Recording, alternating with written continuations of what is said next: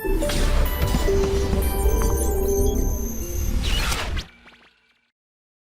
To all students of Motion education private limited. My name is Gaurav Singh Jhala, faculty social science. आज हम NTSC crash course के sequence में जो chapter लेने जा रहे हैं वो है एग्रीकल्चर। एग्रीकल्चर चैप्टर है ज्योग्राफी का, क्लास 10th ज्योग्राफी एग्रीकल्चर। एक बहुत इंपॉर्टेंट चैप्टर है। इंपॉर्टेंट क्यों? वैसे तो बेसिक नॉलेज ये डिलीवर करता है इंडियन एग्रीकल्चर सिस्टम की, इंडियन एग्रीकल्चर पैटर्न की। भारतीय जो उपमहाद्वीप है उसके ऊपर जो कृषि या कृषि आधारित जो एक पैटर्न है उसको थोड़ा सा डिफाइन करता है, और जो मुख्य फसलें हैं भारत की उसके बारे में थोड़ा सा इंट्रोडक्शन इसमें दिया जाता है क्लास 10th के लेवल पे। चैप्टर बिल्कुल स्ट्रेट टू दी आस्क है, इसमें कोई अलग से कॉन्सेप्ट नहीं है, सीधे डेटाबेस है, स्टैटिस्टिक्स है। और जो भी चैप्टर ज्योग्राफी का ऐसा होता है जो स्टैटिस्टिक्स बेस्ड होता है या जो बेसिकली कॉन्सेप्ट बेस्ड होता है, उसके अंदर ज़्यादा भूमिका बांधने की आवश्यकता होती नहीं है।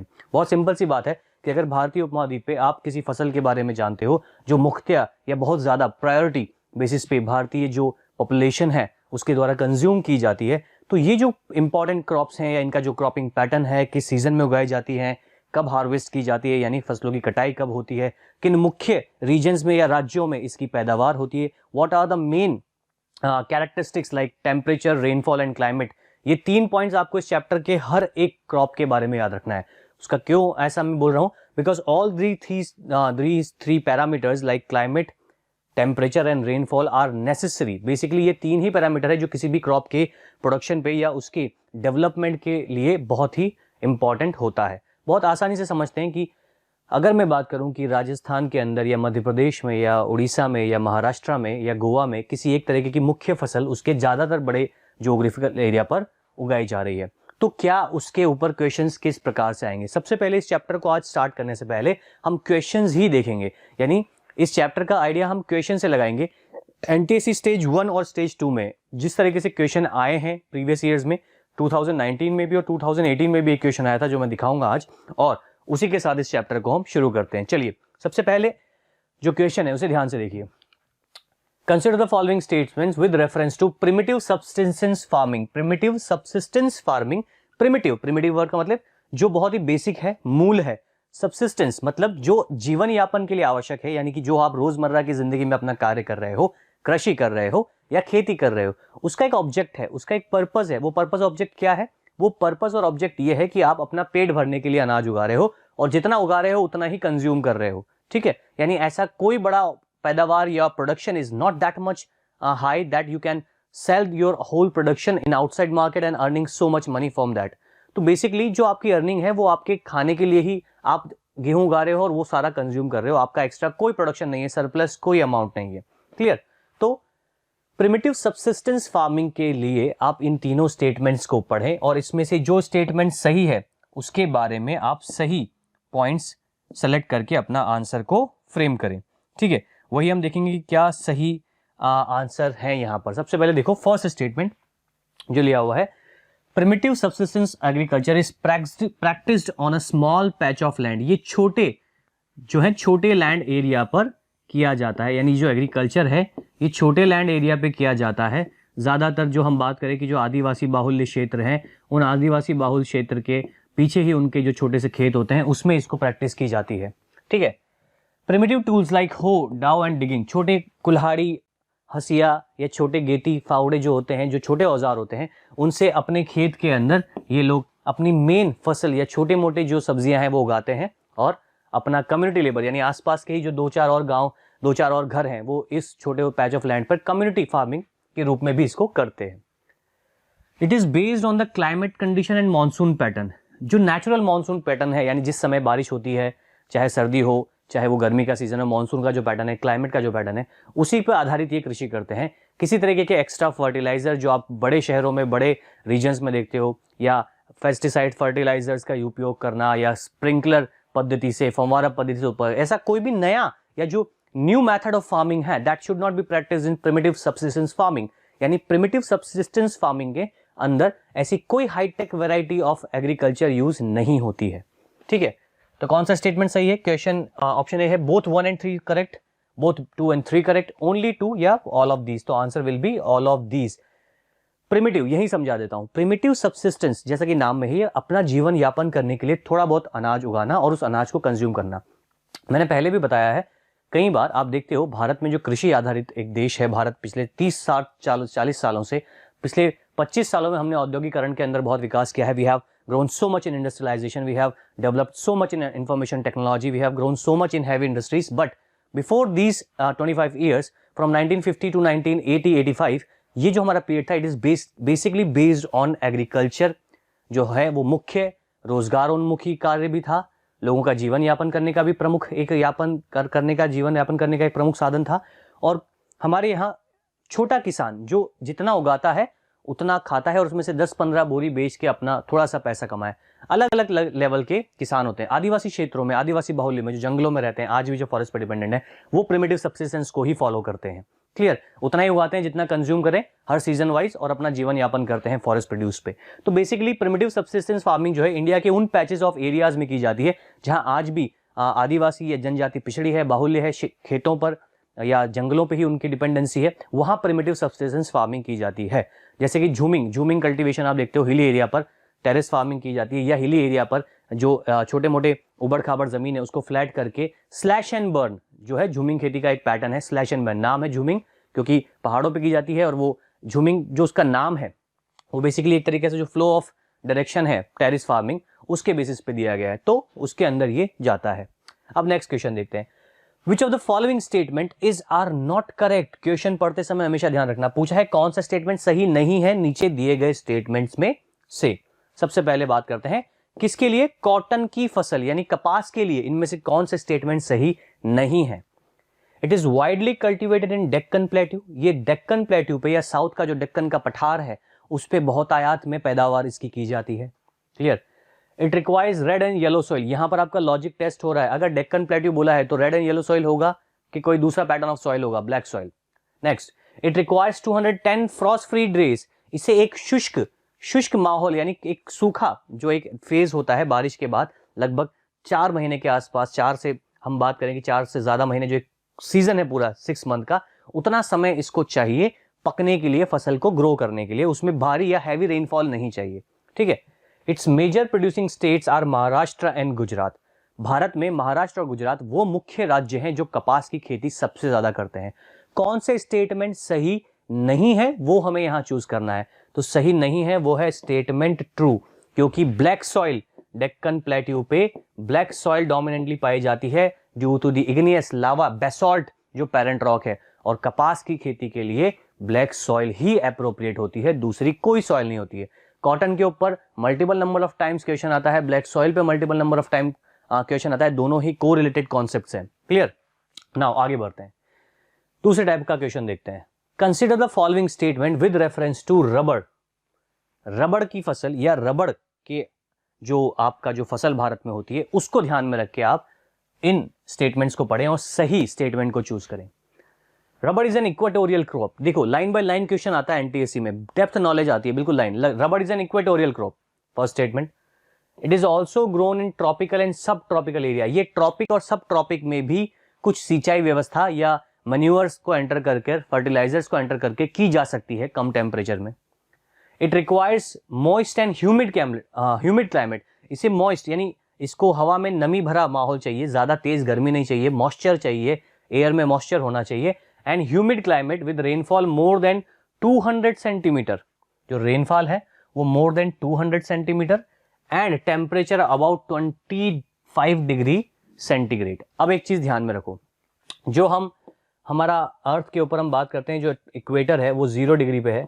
हम अक्सर देखते हैं कि जो रबर प्रोड्यूसिंग कंट्रीज है, वर्ल्ड में सबसे ज्यादा जो रबर प्रोड्यूसिंग कंट्री है वो है मलेशिया। मलेशिया एक इक्वेटोरियल कंट्री है, ठीक है। इंडोनेशिया, मलेशिया, श्रीलंका, यहाँ रबर होता है। भारत जो है वो 8 डिग्री से स्टार्ट होता है, 8 डिग्री, 0 डिग्री से 8 डिग्री, तो 0 डिग्री से 8 डिग्री के अंदर का टेम्परेचर ट्रॉपिकल के अंदर, इक्वेटोरियल प्लस ट्रॉपिकल क्लाइमेट के अंदर वो जाता है, ठीक है। तो रबर प्रोड्यूसिंग हमारे यहाँ कौन से स्टेट होंगे? केरला, जो बिल्कुल नीचे इक्वेटोरियल के पास जितना जाते जाएंगे। रेनफॉल हाई होती है इक्वेटोरियल रीजन में, हमें पता है, Amazon rain forest. Daily temperature जो है वो मॉडरेट होता है 25 से 30, ठीक है। तो स्टेटमेंट 3 तो लॉजिक से सही हो गया, ठीक है। इक्वेटोरियल क्रॉप है करेक्ट, क्योंकि मलेशिया, इंडोनेशिया, थाईलैंड यहाँ पर सबसे ज्यादा होता है, क्योंकि इक्वेटर के पास है, डेली रेनफॉल चाहिए, मॉइस्ट क्लाइमेट चाहिए। तो सारे स्टेटमेंट सही हैं। अब आपसे अगर पूछ लिया जाए कि भारत में कहाँ होती है, तो भारत में केरला में ही सबसे ज्यादा रबर प्रोड्यूसिंग होता है, लेकिन इतना नहीं होता है कि इंडिया सेल्फ सफिशिएंट हो रबड़ की खेती में। रबड़ हम इतना उत्पादित नहीं करते हैं कि सेल्फ सफिशिएंट है। हमारे पास रबड़ इतना नहीं बनता है कि सारी इंडस्ट्रीज, हमारे टायर इंडस्ट्री उस पर चल रही है। रबड़ का सबसे मेन जो उपयोग है वो है रबड़ से जो टायर इंडस्ट्री है, जब बेसिक ऑब्जेक्ट जो है सबसे ज्यादा टायर्स के लिए यूज किया जाता है। क्लियर? तो क्वेश्चन 2 का फॉर्मेट आपने देखा। ये क्वेश्चन आया हुआ है 2018 में, और हम प्रीवियस ईयर के क्वेश्चन पेपर सॉल्व करेंगे। जब हमारा एक कोर्स खत्म होगा तो हम 4 सेट लेंगे प्रीवियस ईयर क्वेश्चन पेपर के जो आए हैं पेपर में, और कुछ उसमें मॉक क्वेश्चंस भी देखेंगे। ठीक है, सबसे पहले which of the following statements is are not true. यहां पर क्या पूछा है? Not true. अब ध्यान रखना, शुगर केन क्रॉप के लिए, गन्ने की फसल के लिए कौन से स्टेटमेंट सही नहीं है। क्लियर? सबसे पहले देखें, क्वेश्चन आया हुआ है मल्टीपल नंबर ऑफ टाइम्स। पहला, ये एक ट्रॉपिकल एंड सब ट्रॉपिकल क्रॉप है। ये एक उष्ण कटिबंधीय और जो आपका उपोष्ण कटिबंधीय, हिंदी में क्या बोलते हैं? उष्ण और उपोष्ण। उष्ण मतलब ट्रॉपिकल, उपोष्ण मतलब सब ट्रॉपिकल क्रॉप है। ठीक है, बहुत कम लोग इसको बोल पाते हैं। उष्ण कटिबंधीय, उपोष्ण कटिबंधीय। उपोष्ण मतलब सब tropical. Then India largest producer है शुगर केन का दुनिया में। स्टेटमेंट ध्यान से सुनना। थर्ड स्टेटमेंट, इसे टेम्परेचर चाहिए 30 से 35 डिग्री और इसे एनुअल रेनफॉल चाहिए 150 सेंटीमीटर से ज्यादा। कई बार जब भी रेनफॉल का आइडिया लगाओ ना, तो इस चीज को इसमें दिमाग से लगाना, थोड़ा लॉजिक यूज करना कि हाई रेनफॉल वाले रीजन इंडिया में कौन से हैं। जैसे कि असम, मसनीराम, चेरापूंजी हम बात करते हैं, वो तो प्लेट्यू है, सराउंडेड बाय हाई हिल्स है, तो वहाँ बारिश का जो है नॉमिनल हाई प्रेशर है। जो है आपका बांग्लादेशन जो बे ऑफ बंगाल है उसके पास है, तो वहाँ हमेशा एक लो प्रेशर का एरिया रहता है। जो जनरल अगर हम बात करें इंडिया में मानसून सीजन की, तो कहाँ कितनी बारिश होती है? तो सबसे ज्यादा बारिश होती है केरला, कर्नाटक, वेस्टर्न घाट्स के साइड पे। तो 150 सेंटीमीटर रेनफॉल अगर चाहिए, जो कि एक बहुत ज्यादा हाई रेनफॉल वाला एरिया है, वो स्टेटमेंट गलत है। ठीक है, it requires 75 to 100 centimetre rainfall. 75 से 100 सेंटीमीटर, बुक से कंफर्म करना, जाके एक बार देखना। ठीक है, टेम्परेचर भी ये ज्यादा है। Sugar cane requires 25 to 27 degree temperature, moderate. गन्ने की फसल को पकने के लिए पूरा एक साल चाहिए होता है। दिवाली से दिवाली पे गन्ने की पूजा करते हैं हम। गन्ने का जूस हम गर्मी में पीते हैं, तो पूरा एक सीजन चाहिए गन्ने की फसल को। गन्ने का जो एक प्लांट है, बेसिकली गन्ना जो है वो क्रॉप नहीं, फसल नहीं, प्लांट है। प्लांटेशन के अंदर जाता है शुगर केन, प्लांटेशन क्रॉप है। क्लियर? तो ये जो स्टैटिस्टिक्स हैं, specially rubber, sugar cane, cotton, इस पे नंबर ऑफ टाइम क्वेश्चंस आते हैं, ऑलवेज रिपीट होते हैं, तो इसको बहुत अच्छे से ध्यान रखना जो हमने पैटर्न देखा। तो यहां पर आपसे पूछा है कौन सा सही नहीं है, तो statement 2 and 3 is not correct.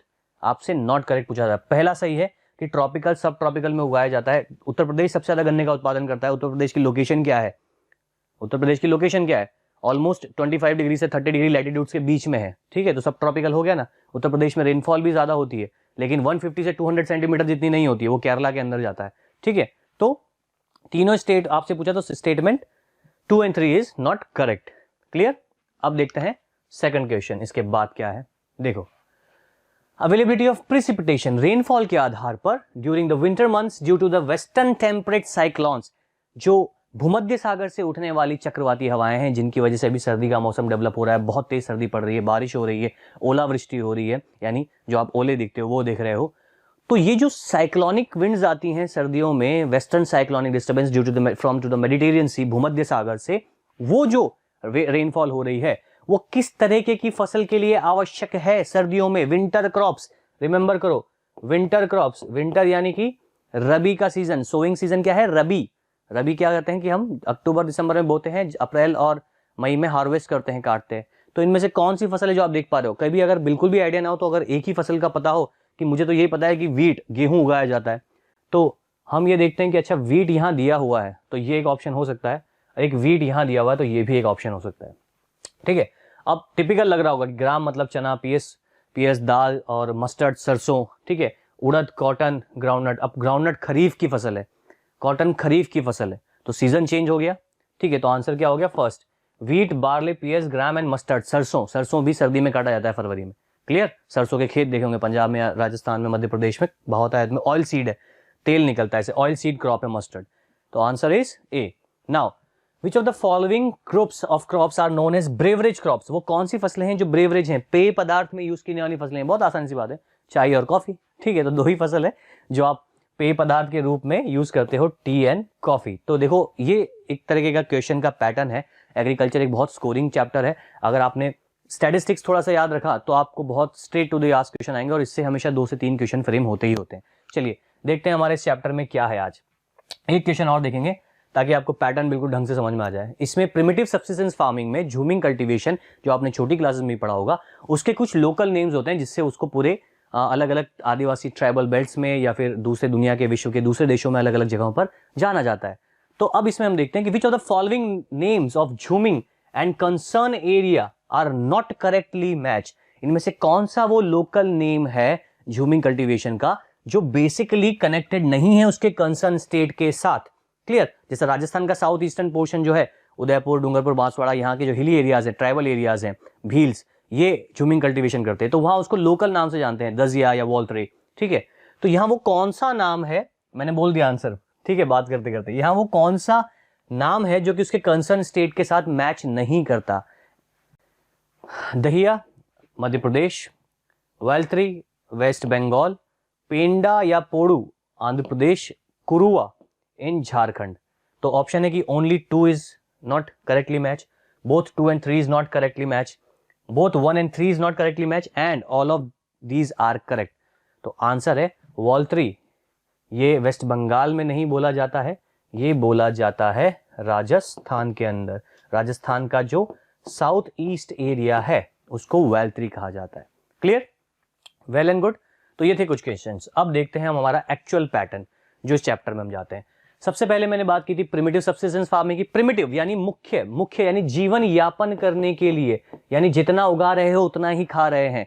अगर 5 बोरी कोई बेचारा गरीब किसान अपने घर के पीछे के छोटे से खेत में पैच ऑफ लैंड पे कर रहा है छोटे मोटे औजार से, और उसमें सब्जी फल उगा के थोड़ा सा गेहूं उगा के सीजन में अपना पेट भर रहा है, तो वो प्रिमिटिव सब्सिस्टेंस फार्मिंग हो गई। ठीक है, तो ये बेसिकली जो एग्रीकल्चर है, practice on a small patch of land, जो हमारा पहला क्वेश्चन था, with the help of primitive tools like हो, डाव, छोटी कुल्हाड़ी, हंसिया, गेती या जो छोटे फावड़े होते हैं उनसे किया जाता है, फैमिली के द्वारा या कम्युनिटी के द्वारा। ठीक है, ये तो हो गया प्रिमिटिव। इसका जस्ट अपोजिट क्या है? इंटेंसिव। ठीक है, इंटेंसिव मतलब जो बेसिकली मार्केट के लिए किया जा रहा है या जिसका पर्पस कॉमर्शियल है। कॉमर्शियल मींस जिसको बेचा जाएगा मार्केट में जाके। बड़ी जो फसलें होती हैं, वीट, राइस, ये मुख्य फसलें भी हैं, खाद्यान्न फसलें भी हैं, खाते भी हैं, लेकिन इनका कॉमर्शियल यूज भी होता है, इसको बेचा भी जाता है मार्केट में। तो इंटेंसिव, जो कि ज्यादा, इंटेंसिव को आप बेसिकली एरिया वाइज ज्यादा मान लो, सिंपल सा लॉजिक। इंटेंसिव मतलब जिसमें एरिया बहुत ज्यादा हेक्टेयर्स या बहुत ज्यादा एकर्स में खेती की जा रही हो। ठीक है, ये लेबर इंटेंसिव फार्मिंग है। मतलब जैसे अगर आप पंजाब में अगर आप पंजाब में राइस की खेती देखोगे तो उसके लिए वेस्ट बंगाल, बिहार से लेबर आके वहां पर सोविंग करती है, उसको बोती है, और उसके बाद काटने के लिए बड़ी बड़ी थ्रेशिंग मशीन्स होती हैं। आपने देखा हो जब कटाई होना शुरू होती है गेहूं की, तो आपने बड़ी बड़ी मशीन्स देखी होंगी जो पंजाब से आती हैं, जो गेहूं काट के ले जाती हैं बहुत ज्यादा जल्दी मात्रा में। ठीक है, It doses of biochemical and input of irrigation are used to obtaining higher production, ज्यादा प्रोडक्शन करने के लिए। ठीक है, ऑर्गेनिक मेथड भी यूज हो सकते हैं, इनऑर्गेनिक भी हो सकते हैं, फर्टिलाइजर नेचुरली भी हो सकता है। फर्टिलाइजर जो है वो आप जो केमिकली जो हमने हाई यील्डिंग वैरायटी सीड्स लिए हैं वो भी हो सकता है। ठीक है, तो ये हो गया इंटेंसिव एंड प्रिमिटिव का डिफरेंस, क्वेश्चन आता है। ठीक है, नाउ अब it is based on monsoon and climatic soil type. ये नेचुरल वे में की जाती है, जो प्रिमिटिव है वो नेचुरल वे में की जाती है। खास करके जो आप देखोगे जो ऊपर हिली एरियाज हैं, ठीक है, ये आपने उस चैप्टर में भी हमने पढ़ा था, लैंड कंजर्वेशन में भी, टेरेस फार्मिंग का जो पैटर्न होता है। टेरेस फार्मिंग देखो, फ्लो कंट्रोल किया जाता है वाटर का अकॉर्डिंग टू डायरेक्शन, और चावल भी उगाया हुआ है छोटे छोटे पैचेस में, इसलिए झूमिंग कहते हैं। यानी कि ये लहराता हुआ दिखता है तो झूमिंग उसको कहते हैं, कि झूमिंग कल्टीवेशन। इस तरीके से छोटे खेत में अपने घर के आसपास ही प्रिमिटिव टूल से हाथों से उगाकर उसको काट लिया जाता है, हार्वेस्ट भी हाथों से कर लिया जाता है, बड़ी बड़ी मशीनरी नहीं चाहिए। ठीक है, देन प्रिमिटिव के अंदर जो झूमिंग होता है इसे स्लैश एंड बर्न भी कहा जाता है, जो बेसिकली माउंटेनियस रीजन में और ट्राइब्स के द्वारा प्रैक्टिस की जाती है। Clear? It is jhuming in north eastern states like Meghalaya, Nagaland, pamlou in Manipur, dipa in Bastar. जो जितने भी हमारे स्टेट्स हैं उसमें जो छोटे हिली रीजन्स हैं, चाहे छत्तीसगढ़ की बात करो, चाहे उड़ीसा, चाहे राजमहल हिल्स बात करो, चाहे आप नागालैंड, मणिपुर, मिजोरम, मेघालय, यहाँ तो एक्सटेंसिवली की ही जाती है क्योंकि डेंस फॉरेस्ट है, वेजिटेशन क्लियर नहीं है, सपाट एरिया, फ्लैटलैंड्स नहीं है like Punjab, Haryana and west Bengal का जो प्लेन्स है वैसा नहीं है। ठीक है, तो प्रिमिटिव और इंटेंसिव का तो हमने कॉन्सेप्ट यहाँ देखा। ठीक है, अब स्लैश एंड बर्न ये देख सकते हो कि जैसे इस पैच ऑफ लैंड पे पहले खेती की जाती थी, तो स्लैश एंड बर्न के अंदर पैटर्न क्या है, इन्हीं खेतों पे वापस फसल उगाई जाएगी, लेकिन काट के इनको, ये एक लिमिटेड, क्योंकि land is not unlimited in hilly areas, तो उसी पैच ऑफ लैंड पे 5 से 10 साल 10 से 15 साल फार्मिंग की जाती है। जब सॉइल इसकी रिड्यूस होती जाती है, फर्टिलिटी रिड्यूस होती है, तो आगे का जंगल साफ किया जाता है, ठीक है, उसको क्लियर किया जाता है, उसको फिर जो एशेज हैं, जो राख है, वो वहीं पर फर्टिलाइजर का काम करती है और दोबारा उस जमीन पे खेती की जाती है। इसको वापस 10 से 15 साल नेचुरली रिप्लिश होने के लिए, वापस सॉइल को जो है न्यूट्रिशन मिले, उसके लिए इसको छोड़ दिया जाता है। That is why it is known as slash and burn. Slash and burn तो हो ही गया, ठीक है। उसी के साथ इसको शिफ्टिंग कल्टीवेशन भी कहते हैं। शिफ्टिंग क्यों कहते हैं वो मैंने बताया, क्योंकि जो पैटर्न है यहाँ पर नेचुरली यूज नहीं किया जाता, जो है फर्टिलाइजर्स या high yielding variety seeds use नहीं होते हैं, इसलिए बेसिकली क्या किया जाता है कि 10-15 साल खेती करो, फिर आगे शिफ्ट हो जाओ, तब तक ये वापस ग्रो हो जाएगा एज अ वेजिटेशन और नई जगह पर खेती कर लो। तो ये आदिवासी जनजातीय बाहुल्य क्षेत्रों में, जैसे मैंने पहले भी बताया, उड़ीसा में सिमलीपाल है, Nagaland, Mizoram, Manipur, north east states हैं, राजस्थान में साउथ ईस्टर्न पोर्शन है, वेस्टर्न घाट्स के जो स्लोप्स हैं, वहां सब जगह पर ये प्रैक्टिस की जाती है आज भी। क्लियर? तो ये तो बात हो गई इसकी। तो झूमिंग एंड इट्स डिफरेंट नेम्स जो हमने क्वेश्चन देखा था, ठीक है। बेवर और दहिया इन मध्य प्रदेश, पोडू और पेंडा, सीधे सीधे क्वेश्चन आता है 100% स्टेज 2 में भी, स्टेज 1 में भी, इसीलिए टेबल फॉर्म में बताया। आंध्रा में पोडू या पेंडा, पामादाबी एंड कोमन इन ब्रिंगा इन ओडिशा, कुमारी या वेस्टर्न घाट्स में कुमारी इसको बोला जाता है, एंड वाल्तरी ये इसको राजस्थान में बोला जाता है, वैल्तरी, ठीक है। इसी तरीके से झूमिंग का कुछ और नाम भी है वर्ल्ड के डिफरेंट रीजन्स में, लाइक वेनेजुएला में इसको कोनुकू कहा जाता है, roca in Brazil, masole in central Africa, ladang in Indonesia and ray in Vietnam. ये क्वेश्चन 2018 में आया हुआ है एनटीएससी स्टेज 1 में, राजस्थान में तो आया हुआ है, ठीक है। तो इनको आप सीधे सीधे this database is straight to ask question, importantly straight to ask है, सीधे सीधे पूछ लिया जाता है, ठीक है। 2 या 1 याद रख लो लॉजिक से।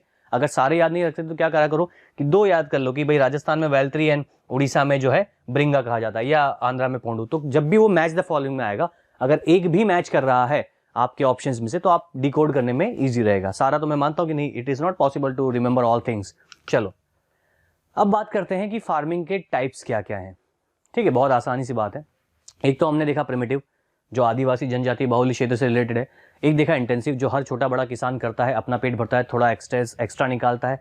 जैसे कि एक छोटा किसान, उसने 25 मान लो कि 25 बोरी गेहूं किया, 10 अपने लिए रखा और 15 बेच दिया। एक बड़ा किसान, उसने 100 बोरी किया, 20 अपने लिए लिया, 85 बेच दिया। तो इंटेंसिव में on the basis of capacity वो चीज डिफरेंट हो जाती है। अब एक और होता है type of farming, that is known as commercial farming. देखो नाम कॉमर्शियल है, बट इसके अंदर हर एक वो क्रॉप यूज होगी जो इंटेंसिव में भी आ रही है, like wheat, rice, pulses. Mass production करने के लिए मॉडर्न साइंटिफिक मेथड्स यूज किए जा रहे हैं, like high yielding variety seeds, pesticides, fertilizers, irrigation canal से, ट्यूबवेल से किया जा रहा है, ठीक है, कैनल्स के थ्रू किया जा रहा है। जो एरिया इरिगेशन में नहीं है उसको भी इंक्लूड करके हायर प्रोडक्शन किया जा रहा है। तो बहुत आसान है, इसको आपको याद रखना है। High yielding variety seeds, chemical fertilizer, insecticides और बायोटेक्नोलॉजिकली भी जो है फसलों को डेवलप किया जाए, ठीक है। आजकल आपने नाम सुना होगा एक जीटी, जैसे BT cotton, biotechnology build cotton. तो इसमें रिसर्च एंड एनालिसिस भी किया जाता है किसानों की पैदावार बढ़ाने के लिए। क्लियर? प्लांटेशन बिल्कुल डिफरेंट है। एक प्लांट बेस्ड खेती करना, बनाना हो गया, कोकोनट हो गया, पाइनएप्पल हो गया, टी हो गया, कॉफी हो गया, जिसमें प्लांट को उगाया जा रहा है एक्सटेंसिवली एक एरिया में। बेसिकली ये बहुत ज्यादा कैपिटल इंटेंसिव है। कैपिटल मतलब पैसा ज्यादा मांगती है, पैसा इसमें ज्यादा लगता है, कैपिटल इंटेंसिव है, माइग्रेंट लेबर्स के द्वारा की जाती है क्योंकि हाथों से ही इसकी देखरेख की जाती है, ठीक है।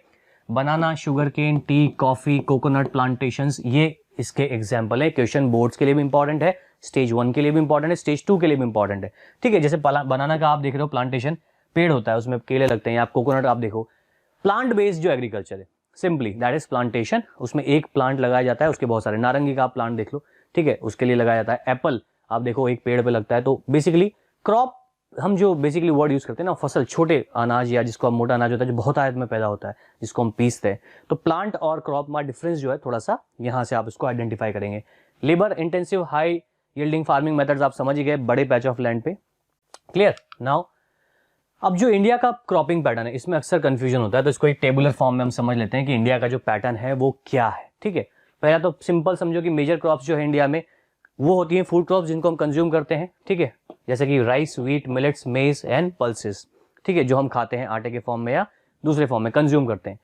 Food crops other than grains, grains मतलब जो अनाज है, अनाज के अलावा जो फसल है, like sugar cane, oil seeds, coffee, tea, rubber, cotton, वो सारी नॉन फूड क्रॉप्स की हम बात कर रहे हैं, ठीक है, डेली रूटीन में नहीं खा रहे हैं उनको, हम कंज्यूम नहीं कर रहे हैं, ठीक है। हॉर्टिकल्चर, हॉर्टिकल्चर वो वे होता है एग्रीकल्चर का जिसमें फ्रूट्स और वेजिटेबल्स को उगाया जाता है। सिंपली फ्रूट्स एंड वेजिटेबल्स की जो खेती है उसे हॉर्टिकल्चर की फॉर्म में जाता है। जैसे विसिकल्चर में ग्रेप्स उगाए जाते हैं, पिसिकल्चर में मछली पालन किया जाता है, एपीकल्चर में मधुमक्खी का पालन किया जाता है। ये सब फॉर्म ऑफ नॉलेज। सेरिकल्चर में सिल्क वॉर्म जो है रेशम के कीड़े पाले जाते हैं कोकून बनाकर रेशम बनाने के लिए। क्लियर।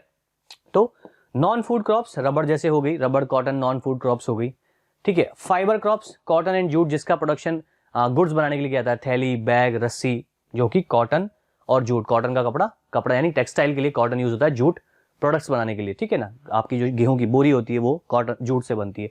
तो ये तो हो गया मेन थिंग। अब है भारत में किस किस सीजन में उगाया जाता है। भाई बहुत इंटरेस्टिंग सी चीज है, ये जो हमारे नाम है खरीफ, रबी, जायद, यही पैटर्न जो है क्रॉपिंग का, पाकिस्तान में भी इसको इसी नाम से जाना जाता है और बांग्लादेश में भी इसका इसी नाम से जाना जाता है, क्योंकि बेसिकली ये इंडियन सब कॉन्टिनेंट के अंदर ही आते थे पहले, तो ये नेमिंग कन्वेंशन बहुत पहले से, तो उनके भी जो क्रॉपिंग पैटर्न है वो इसी नाम से है, रबी, जायद एंड जो हमारा है खरीफ। अब सीक्वेंस में याद रखो, देखो मैंने सीक्वेंस दिया है, इस सीक्वेंस में ही इसको याद रखोगे तो इजीली याद हो जाएगा। अक्सर विंटर्स में हम कंफ्यूज हो जाते हैं, ठीक है।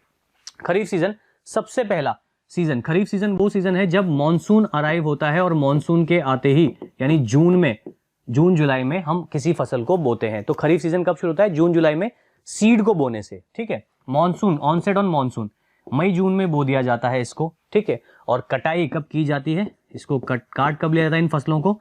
अक्टूबर से सितंबर में। आप मक्के का आटा खाते हो, भुट्टा खाते हो आप अगस्त में खाते हो, मक्के के आटे की रोटी खाते हो आप सर्दियों में खाते हो, ठीक है। तो क्रॉप्स कौन कौन सी हैं? पैडी मतलब राइस, ठीक है। देन मेज, मक्का, ज्वार, बाजरा, तुअर, मूंग, उड़द, cotton, jute and groundnut and soybean, मूंगफली और सोयाबीन। तो वो फसल जिसको मई जून में बोया जाए और उसके बाद उसको हार्वेस्ट कर लिया जाए सितंबर और अक्टूबर के आसपास।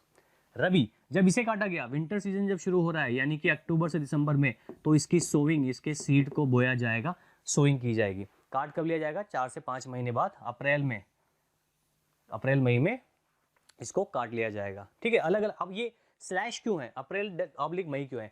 अलग अलग राज्यों में अलग अलग टेम्परेचर है, अलग अलग परिस्थितियां हैं, अलग अलग वातावरण के अनुकूल उनकी रेनफॉल होती है, तो वहाँ सोइंग का टाइम थोड़ा डिफरेंट होता है, बट ओवरऑल जो है वो उसी टाइम में होता है। अब मानसून जब इंडिया में आता है तो केरला, कर्नाटका, गोवा, महाराष्ट्र, गुजरात, राजस्थान, वो लगभग एक ही सीजन है, लेकिन उनके अराइवल का जो टाइम है वो 2-2, 3-3 हफ्ते पीछे होता है, तो सोइंग का टाइम भी वो उस अकॉर्डिंग होता है। क्लियर। नाउ जैसे क्रॉप, सबसे इंपॉर्टेंट क्रॉप है वीट, रबी की वीट, रबी गेहूं खाता है, ऐसे याद रखो, रबी गेहूं खाता है तो रबी में वीट जाता है, ठीक है। बार्ले, पीएस, ग्राम, चना, मस्टर्ड, सरसों, और जो असम, वेस्ट बंगाल, उड़ीसा है, क्योंकि इसमें जो मानसून साइकिल है वो बे ऑफ बंगाल से आता है, तो यहाँ पर 3 किस्में उगाई जाती है, औस, अमान एंड बोरो। चावल की ही 3 अलग अलग किस्में हैं जो इन तीनों राज्यों में उगाई जाती हैं एक ही समय पे, वैरायटी ऑफ पैडी। क्लियर। अब बचा जैद। जैद वो है जो गर्मियों का सीजन होता है, अप्रैल से जून के बीच के जो 3 महीने, उसमें आपने तरबूज देखे होंगे, खरबूजे देखे होंगे, ये आता है पानी वाले जो फ्रूट्स होते हैं, तरबूज, खरबूज या ककड़ी आपने देखी होगी। तो ये अप्रैल और मई में ही इसको बोया जाता है, मतलब उगाया जाता है और इनको काट लिया जाता है, ठीक है। Harvested in the same time.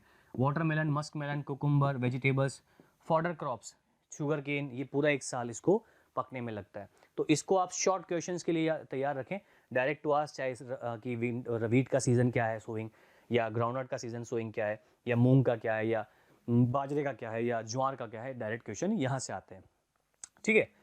अब देखते हैं हम इंपॉर्टेंट क्रॉप्स, कौन कौन सी क्रॉप्स इंपॉर्टेंट हैं जो कि बहुत ज़्यादा भारत के भूभाग पर उगाई जाती हैं। अब देखो, सबसे पहले ये जो आप ऊपर देख रहे हो, मेजर वीट प्रोड्यूसिंग एरिया, ये वीट प्रोड्यूसिंग से आप क्या समझ रहे हो? जहाँ जहाँ north and north western India है, वहाँ वहाँ गेहूँ काफ़ी ज़्यादा तादाद में उगाया जाता है, यानी लगभग नॉर्दर्न इंडिया में। नीचे वाला जो ये पोर्शन है, यहाँ पर राइस काफ़ी तादाद में उगाया जाता है। एक तो पूरा जो आपका उत्तर प्रदेश और वेस्ट बंगाल में तो होता ही है, देन आप यह देखोगे कि उड़ीसा, छत्तीसगढ़, देन आंध्र प्रदेश, तेलंगाना, तमिलनाडु, केरला, कर्नाटका, यहाँ तक में भी राइस बहुत तादाद में उगाया जाता है। राइस भारत की मुख्य स्टेबल क्रॉप है बहुत सारे राज्यों की, जैसे यूपी, बिहार, वेस्ट बंगाल, तमिलनाडु, केरला, कर्नाटका, इसमें राइस एक स्टेपल क्रॉप है, मुख्य भोजन का पदार्थ है। तो राइस मेन स्टेपल क्रॉप है। भारत सेकंड लार्जेस्ट है, फर्स्ट है चाइना, ये याद रखना, ठीक है। कभी पूछ लिया जाए तो अलग बात है, वरना सेकंड लार्जेस्ट इंडिया है। ये खरीफ की क्रॉप है, खरीफ के सीजन में उगाई जाती है, यानी कब उगाई जाएगी? ये उगाई जाएगी मई से जून के टाइम में, ऑनसेट ऑफ द मानसून इसको लगाया जाएगा और काट लिया जाएगा अक्टूबर में। टेम्परेचर 25 डिग्री, देखो मैंने 3 पैरामीटर बताए थे, रेनफॉल, टेम्परेचर, ये दोनों ही हर क्रॉप के लिए इंपॉर्टेंट है। हाई ह्यूमिडिटी चाहिए इसको, मॉइस्चर ज़्यादा चाहिए, हाई ह्यूमिडिटी चाहिए, तेज़ गर्मी नहीं चाहिए। रेनफॉल भी ज़्यादा चाहिए, राइस को जहाँ ज़्यादा पानी मिलेगा, आपने देखा होगा राइस के जो फील्ड्स हैं पानी में डूबे रहते हैं, ठीक है, पानी ज़्यादा चाहिए। 100 सेंटीमीटर एंड अबव वाले एरिया में ही राइस होता है, तो राजस्थान में तो आप समझ गए नहीं होगा, लेकिन जहाँ रेनफॉल ज़्यादा है, जैसे राजस्थान में बूंदी कोटा में होती है, तो वहाँ थोड़ा बहुत राइस होता है, लेकिन बहुत ज़्यादा नहीं, ठीक है। पंजाब और हरियाणा में क्योंकि कैनल्स हैं, रिवर्स बहुत सारी हैं, तो वहाँ बहुत तेज़ी से इसका एग्रीकल्चर प्रोडक्शन किया जाता है। पंजाब हरियाणा में हाई यील्डिंग वैरायटी सीड्स और इरिगेशन की फैसिलिटी होने की वजह से इसको उगाया जाता है, ठीक है। देन तो ये मैंने बताया, with the help of irrigation it is produced in Haryana and Punjab. ये स्टेटमेंट के लिए याद आएगा, क्वेश्चन इंपॉर्टेंट है। Rice is grown in the plains of north and north eastern India and coastal areas of deltaic region. अभी एक केरला में एक नई तरीके के राइस का एक उत्पादन हुआ है, उसको बोला जाता है सॉल्ट राइस। सॉल्ट राइस मतलब एक तो छोटा होता है, बहुत गोल सा होता है, और उसमें नमक की क्वांटिटी बहुत ज़्यादा है। अलग अलग जियोग्राफिकल आइडेंटिफिकेशन है, अलग अलग रीजन के कुछ खास चीज़ें उत्पादित होती है जो वहीं तक सीमित है। जैसे अगर हम एक मुर्गे की बात करें, कड़कनाथ, वो झारखंड के जो मध्य प्रदेश है उसके झाबुआ डिस्ट्रिक्ट में ही पाया जाता है, लेकिन आज वो एक ग्लोबल प्रोडक्ट बन चुका है। इसी तरीके से हर एक राज्य का अपना एक किस्म का पदार्थ खासकर होता है। जैसे बाजरा राजस्थान में बहुत ज़्यादा होता है, मोटा अनाज होता है, बहुत हाई न्यूट्रिशन वैल्यू होती है। तो हर एक किस्म की एक अपनी क्वालिटी होती है, बहुत सारी ऐसी नॉलेज है। अब बात करते हैं wheat, second most important crop है, ठीक है। स्पेशली नॉर्दर्न और नॉर्थ वेस्टर्न इंडिया में ही उगाया जाता है। जैसे मैंने बताया, राजस्थान में, मध्य प्रदेश में काफ़ी ज़्यादा उगाया जाता है, उत्तर प्रदेश में बहुत ज़्यादा उगाया जाता है, उत्तर प्रदेश लीडिंग प्रोड्यूसर है, ठीक है। उसके अलावा पंजाब हरियाणा में भी राइस की वीट जो है उसको बहुत तेज़ी से मात्रा में उगाया जाता है, क्योंकि नॉर्थन इंडिया में इसका कंजम्पशन ज़्यादा होता है, ठीक है।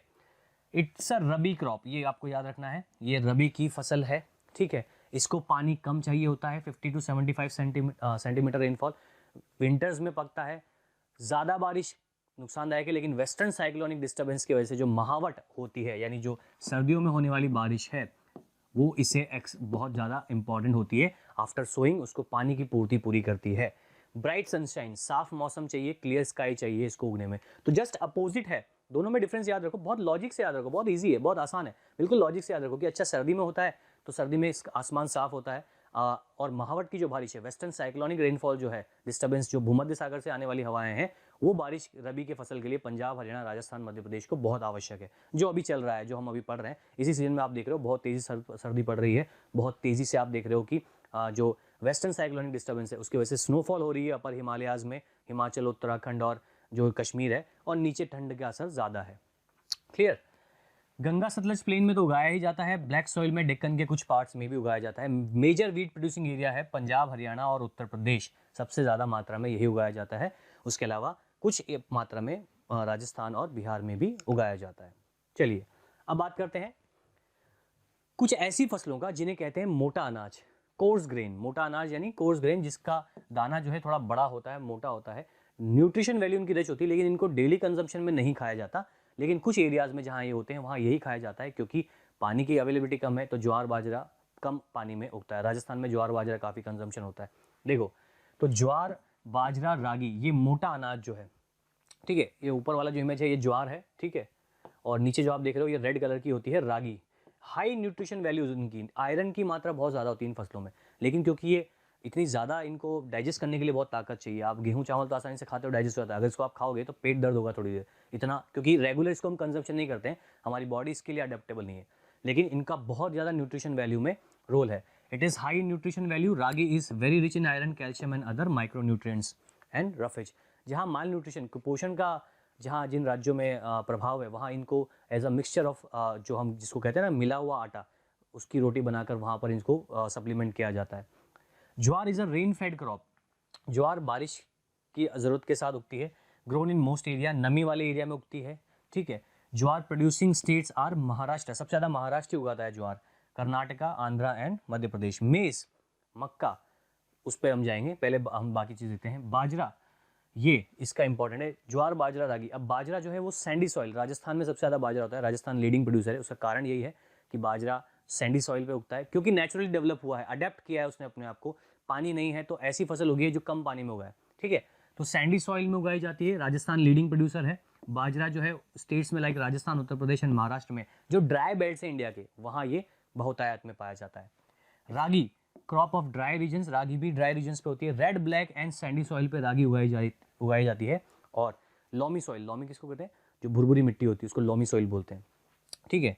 तो रागी, ज्वार, बाजरा के बाद हम जाते हैं मक्का। मक्का एक चारा और खाद्यान्न दोनों फसल है, यानी मक्का जो है वो जानवर भी खाते हैं और इंसान भी खाते हैं। बेसिकली अमेरिका जो है सबसे ज़्यादा प्रोडक्शन करता है, यूनाइटेड स्टेट्स ऑफ अमेरिका, मेज़ का, और ये मेन क्रॉप भी वहीं की है।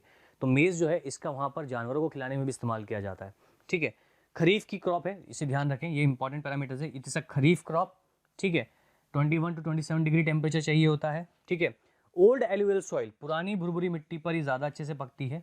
और इन बिहार, ये सबसे इंपॉर्टेंट पॉइंट है, बिहार में इसे रबी के सीजन में उगाया जाता है। जैसे मैंने बताया था कि अलग अलग समय पर अलग अलग टेम्परेचर कंडीशंस होती हैं, क्लाइमेटिक कंडीशन है, टेम्परेचर, मानसून, वाटर अवेलेबिलिटी के हिसाब से इनको उगाया जाता है, ठीक है।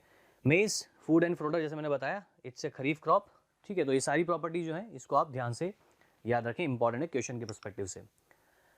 अब बात करते हैं वो जो मेन क्रॉप है भारत की, जिसको हम कहते हैं दाल, ठीक है।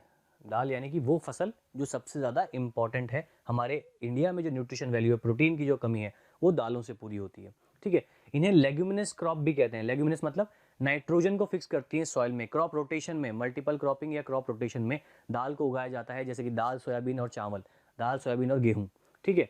तो इसको बेसिकली चावल के साथ नहीं उगाया जाता, पर गेहूं के साथ इसको रोटेट किया जाता है, या हॉर्टिकल्चर के साथ इसको रोटेट किया जाता है। नाइट्रोजन फिक्स करने का कार्य करती हैं और न्यूट्रिशंस में प्रोटीन की हाई वैल्यू इनके अंदर होती है।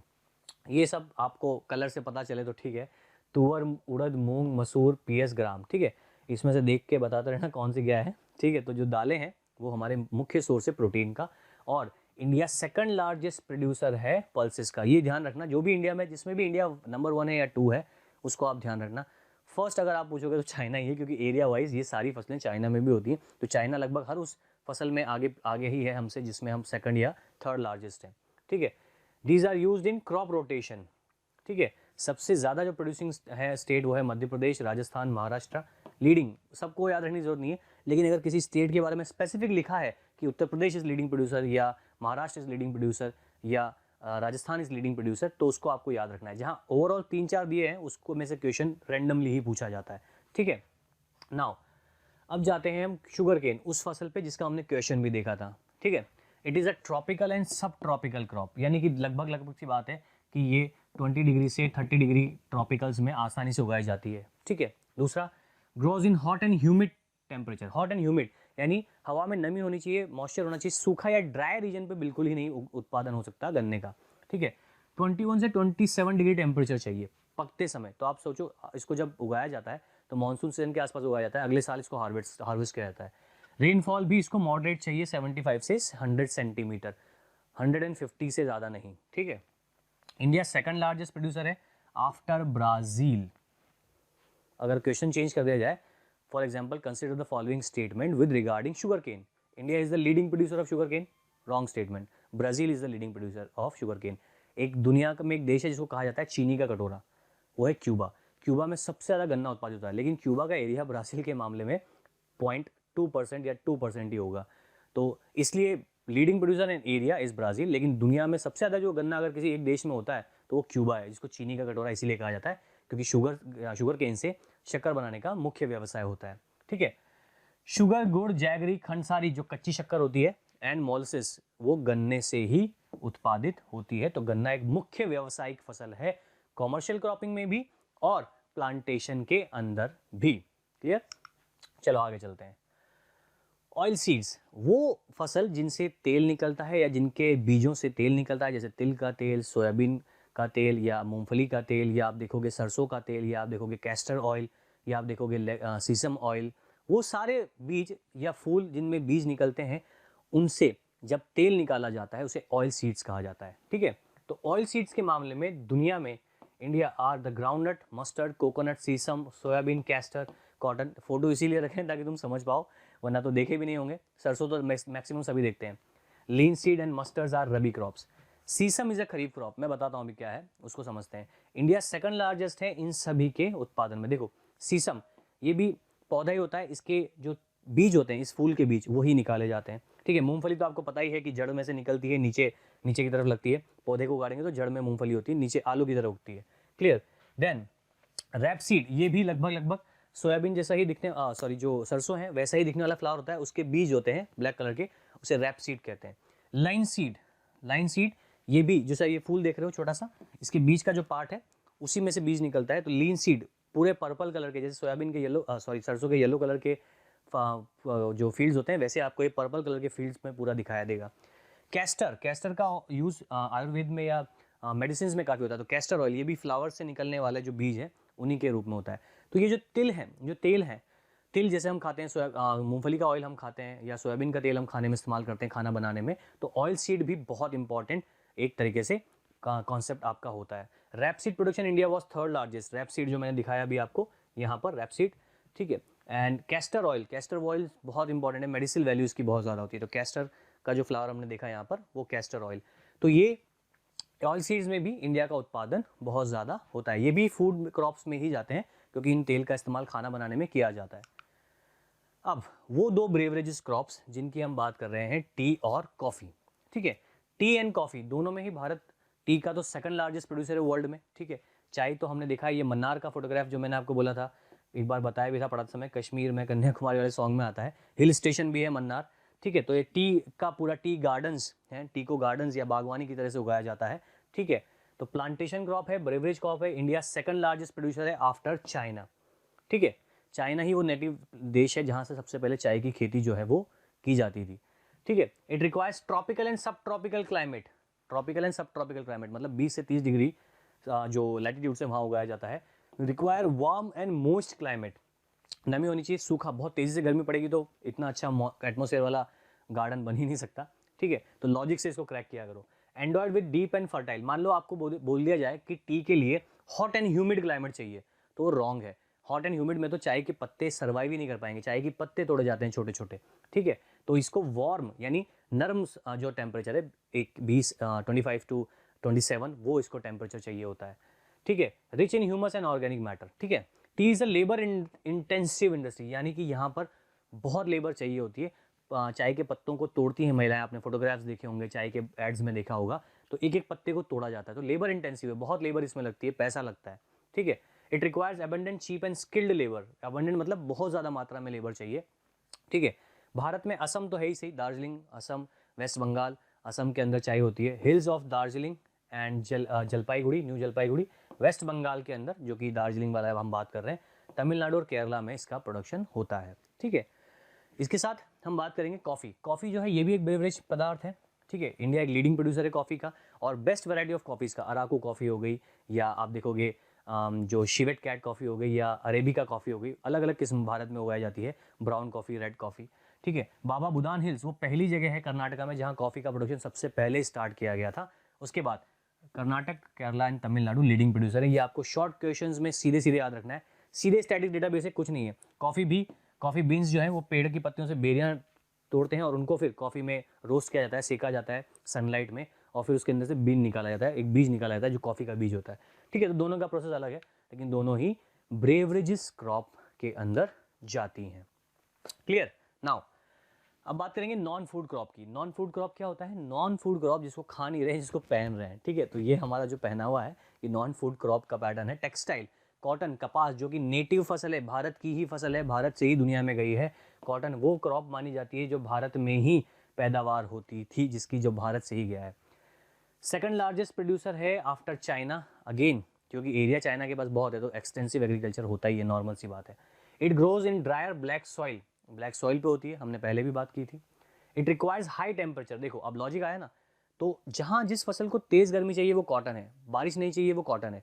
आप चाय के लिए देखोगे तो कम टेम्परेचर चाहिए, ठीक है, ह्यूमिड चाहिए, इसे मॉइस्चर चाहिए ज़मीन में, लेकिन बाहर मॉइस्चर नहीं चाहिए, ठीक है। Rainfall and 210 Frost free days, यानी ऐसे समय जिसमें बारिश ना हो, सूखा हो, सनशाइन हो प्रॉपर पकने के लिए, ठीक है। क्योंकि क्या होता है, कॉटन के फूल में से फूल फट के कपास बाहर आता है। ये देखो, जैसे यहाँ देख सकते हो आप, ये कॉटन कल्टीवेशन, सीधे सीधे रुई है, सॉफ्ट ऑर्गेनिक रुई आप निकाल सकते हो, ठीक है। इसको साफ किया जाता है, ठीक है। खरीफ क्रॉप है, इंपॉर्टेंटली याद रखना, cotton is a kharif crop, cotton खरीफ की फसल है, यानी उगाता है कब जाता है, onset of the monsoon. Major cotton producing state Maharashtra Gujarat leading producer है, ये ध्यान रखना, due to Deccan soil available of black soil. Clear, ये तो बात हुई कॉटन की। अब बात करेंगे जूट की। जूट जो कि एक रेशेदार फसल है, ठीक है, जिससे रस्सी बनाने का काम, बोरी बनाने का काम, गनी बैग्स, जूट के बैग्स बनाने का काम किया जाता है, जिसको गोल्डन फाइबर भी कहते हैं। एक क्वेश्चन आता है, which crop is known as golden fibre, तो jute is known as golden fibre. It requires well drain fertile soil. क्यों वेस्ट बंगाल में ही सबसे ज़्यादा होता है? एक तो गंगा का फ्लड का प्लेन है, गंगा एरिया के द्वारा जो फ्लड एरिया है वो प्लेन है। मिट्टी जो है हर साल जो मानसूनल बेल्ट सीजन है उसके बाद ओल्ड एंड जो एलुअल सॉइल है और जो न्यू एलुअल सॉइल है उसका मिक्सचर होता है। पानी की अवेलेबिलिटी अच्छी है, ठीक है, इसलिए ये वहाँ पर आपको देखने को मिलता है वेस्ट बंगाल में, ठीक है। लीडिंग प्रोड्यूसर तो वेस्ट बंगाल, बिहार, असम, वही जो एरिया है जो नॉर्थ ईस्टर्न साइड है वहीं सबसे ज़्यादा होता है। लेबर इंसेंट्रिक है, बहुत ज़्यादा जो पॉपुलेशन है वेस्ट बंगाल, बिहार और असम की, वो इस जूट इंडस्ट्री से जुड़ी हुई है, ठीक है। It is used in Ghani bags, mats, ropes, yarns and carpet. जितने भी आप देखते हो जूट का इस्तेमाल बैग्स के अंदर काफ़ी होता है, उसमें इसका इस्तेमाल किया जाता है। ये इस तरीके से जूट का जो फाइबर है उसको आप देखो सुखाया जाता है, फाइबर होता है, पूरा एक रेशा होता है लंबा सा, उसको सुखाया जाता है और फिर उसका यूज़ अलग अलग ऑर्गेनिक प्रोडक्ट्स में किया जाता है, ठीक है। अब उसके बाद नेक्स्ट जो हमारी क्रॉप है नॉन फूड, वो है रबड़। जो रबड़ का क्वेश्चन हमने देखा था, ठीक है। अब सबसे पहले देख लो, पेड़ का जो फ्लूइड होता है व्हाइट कलर का, जो तरल पदार्थ होता है, उसको स्टॉक किया जाता है कट लगा लगा के, और उसी से रबड़ बनाया जाता है। जैसे इन महानुभावों के पीछे आप देख रहे हो छोटी सी हांडी लगी हुई है, अगर दूसरे डायग्राम में देखोगे तो एक पैच ऑफ एरिया को स्क्रैच किया जाता है और उससे जो व्हाइट फ्लूइड है इसी को स्टोर किया जाता है और इससे ही रबड़ को बनाया जाता है, ठीक है। ये नेचुरल प्रोसेस है रबड़ निकालने का। तो रबड़ वहीं आपको देखने को मिलेगा जहाँ टेम्परेचर कम हो, हाई रेनफॉल हो, मॉइस्ट हो, इक्वेटोरियल क्रॉप इसको हम कहते हैं, जैसा हमने क्वेश्चन में देखा था। It is an equatorial crop, also grown in sub tropic and tropical area. Then it require moist मतलब नम, शुष्क, नमी वाला, कम टेम्परेचर, एंड ह्यूमिड क्लाइमेट, जिसमें रेनफॉल ज़्यादा हो, ह्यूमिड यानी तेज़ गर्मी नहीं चाहिए, बहुत सर्दी नहीं चाहिए, ठीक है। मोर देन 200 सेंटीमीटर, ये बहुत इंपॉर्टेंट है। एक ऐसी फसल जिसके लिए 200 सेंटीमीटर रेनफॉल चाहिए, रेनफॉल बहुत ज़्यादा चाहिए। इसका एग्जांपल कैसे समझोगे? देखो नीचे भी पूरे छोटी छोटी हरी घास है, यानी सूखा नहीं है, हरियाली है, लगभग पूरा ग्रीनरी है, यानी बारिश जो है, पानी जो है, उसकी मात्रा बहुत ज़्यादा है और रेगुलर मेंटेन्ड है। क्लियर? तो टेम्परेचर चाहिए 25 डिग्री या उसके आसपास या उससे अबव, लेकिन ज़्यादा तेज़ नहीं, जैसा नॉर्थ इंडिया में पड़ता है 40-45 डिग्री में रबड़ नहीं उत्पादित हो सकता। लॉजिक से याद रखना है, रटना कुछ भी नहीं है, ठीक है। इंडिया में कहाँ उगाया जाता है? केरला, जितने भी नीचे इक्वेटर के पास हैं, केरला, तमिलनाडु, कर्नाटका, अंडमान निकोबार में, और गारो हिल्स ऑफ मेघालय, क्योंकि वहाँ वाटर अवेलेबिलिटी ज़्यादा है, टेम्परेचर कम है। तो गारो हिल्स ऑफ मेघालय, इसको आप याद रखेंगे, ठीक है। तो यहाँ तक का हमने देखा, इंपॉर्टेंट जो क्रॉप्स थी उनकी हमने बात की। सबसे इंपॉर्टेंट इस चैप्टर में आपको क्रॉप्स और उनकी फिजिकल प्रॉपर्टी ही याद रखनी है, उसी के ऊपर बेसिस पे क्वेश्चन आता है, ज़्यादा इसमें से कहीं पूछने की संभावना नहीं होती है। तो इनके लिए आप स्पेसिफिक डेटाबेस याद रखें। जो लॉजिक मैंने बताया कि जिस क्रॉप के लिए आप आइडिया लगाओ कि किस रीजन में उगती है, वहाँ रेनफॉल क्या है, उसी अकॉर्डिंग उसको डिकोड करो। अगर एक्चुअल में उसको याद नहीं रख पा रहे हो, जैसे क्रॉप हमने रबड़ के लिए बात की कि इसका इक्वेटोरियल क्रॉप है तो रेनफॉल ज़्यादा मिलेगी, ग्रीनरी या मॉइस्ट ह्यूमिड है, टेम्परेचर लो चाहिए, हाई नहीं चाहिए। तो कभी भी रन में या हरी में इन स्टेटमेंट वाले क्वेश्चंस को एग्रीकल्चर में गलत ना करें, ओके। तो ये था हमारा आज का चैप्टर एग्रीकल्चर, जिसके क्वेश्चंस हमने देखे, एनटीसी के लिए बहुत इंपॉर्टेंट है। Do like and subscribe motion education private limited और अपनी स्टडीज़ को कंटिन्यू करें। Thank you so much.